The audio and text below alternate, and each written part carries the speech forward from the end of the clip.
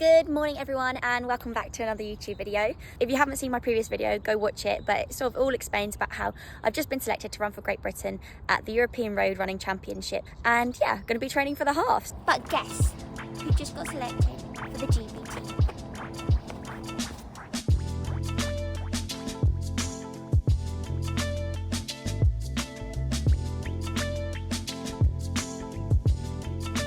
This morning I've just got an easy 75-minute run followed by half an hour or so on the cross trainer.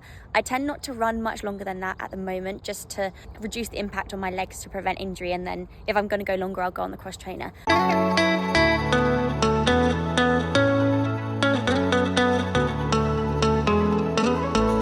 The first main thing I think worth noting about my training for this half, which is kind of similar to the last half I did, is that my training won't look like what it would look like if I was doing my ideal half build-up training. Doesn't mean to say I'm not going to be prepared.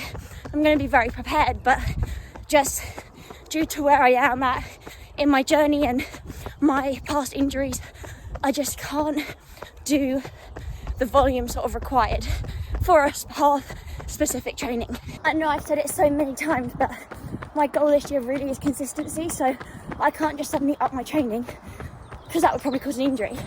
So we're just going to keep going as we are and train off that. That's still a very decent volume of training, but just not quite what you'd probably want to do if you're training specifically for the half. But it will be good, it's got me on my PB so far, but it just wouldn't be what you'd do in an ideal world. So yeah, more of a 10k focus for the half.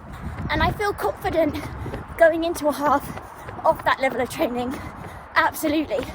It's just more of a confidence boost to know that in the future, when I am able to train for it more specifically, I've got a lot more to give. Typical Cambridge, all the roads are out this morning. What a morning. So the next key thing will be the structure of my week, I guess. Every week is sort of split into one key session, which is usually on the track, and that targets slightly faster paces, so 5k, 10k focus, and then a tempo which is around half pace and slower, and then a second key session which is sort of half to 10k pace. And those are the main intense sessions of my week. I guess you could kind of see it as an A, B and C session each week. A is my 5k, 10k, B is the half 10k pace one, and then C is the tempo session. I guess it can help splitting it like that because it helps you direct your effort. Your main effort of the week needs to go to that A session and then downwards. Just finished my lovely run. It's the Cambridge Half Marathon today, so ran along the River Cam and saw all the people getting ready to go and race, made me get excited to go race soon. And yeah, so the third point I'd say is, it sounds a bit cliche, but it's about process over destination. Because obviously, the race is the goal, but you can't control the outcome of the race, and also it's just another stepping stone on the journey.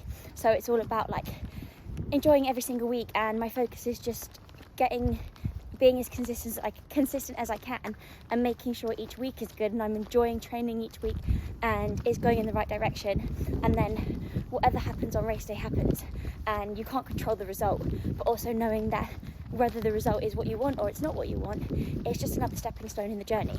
So I'd say that's the main way I'm focusing on training up to it, is not thinking too much about the race, just thinking about each day and giving your best on that day, because you're going to feel different each time and you can't control, like I said, how you will feel on race day. So just make the most of the training you're doing and trust the process, and whatever happens will happen. Run done, all washed and dressed and feeling fresh. Gonna go and catch everybody now they've finished Cambridge Half. Let's go, Holly, great work. You're looking strong. How are you going? Less than a park run. Well done, Amy. See you at the finish. As you can see, it's definitely not the same day because the sun is not shining. My run this morning was in the pouring rain, but it wasn't cold, so it was still lovely. And my legs felt quite good today, so we're having a good day so far. But my next point is definitely about how it's going to be apologies, it glitched out, but I said how it's going to be focused on quality over quantity. As I said before, that I'm not really able to reach the same volume that I would if I was training specifically for a half, just due to my injuries and where I am in my journey and like building up the training sensibly.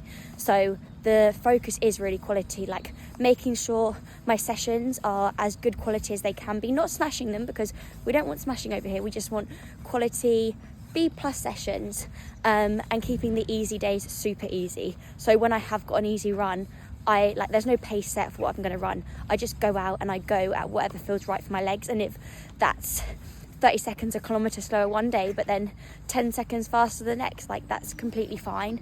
But just don't push it, listen to the body, and make sure, it's so focused on quality, not quantity. If you follow me on Instagram, I did do an Instagram post the other day, sort of saying about how I feel like social media, especially Instagram, has been really like glamorizing running like hundreds of miles a week, and everyone's saying like, oh, this week ran 110 miles, this week ran 105 miles. And I just want to say that not every runner runs hundreds of miles. I definitely don't, and that's okay, and it works for me, and that's what I've got to do. So don't feel the need to do loads and loads of quantity, because it's about quality, and that is the main thing. So if you're running 50 miles a week but the quality is there, that's all that matters, and you're still going to improve. And you can obviously gradually build up to 100 miles a week, but it takes a long time. Just on my way down to Devon, which is where my coach is based, it's quite a long drive, so just stopped off for a bite of lunch. But I thought that was one of the main points, so I wanted to bring that up, which is I don't live anywhere near where my coach is based. My coach lives in Devon, and I'm sort of the other side of the country. And one of the main things that I'm going to do, which I have been doing sort of every 6 weeks, and especially like building into the next races and just to keep the momentum going, is take trips down to Devon just so he can see me train. I do a lot of training on my own, which I love and I don't mind, but there is such a benefit from having somebody watch you, and also to then be able to train with others, because there is a good group down there, and especially some great girls, which I just love training with super fast, speedy girls. So it's going to be really fun. I try, as I said, go there every 6 weeks, and I'm going to go there, be there for about 10 days, just get some good solid training in, and then I'll come back and a few days later do my next race. So just a good thing I try and keep on top of to keep the momentum going and help me get me ready for my races. My next little race plan is, as I mentioned in my last video, I've got a 10k in 2 weeks, and then the European Road Running Championships are in just over a month. Thank you so much for watching another YouTube video.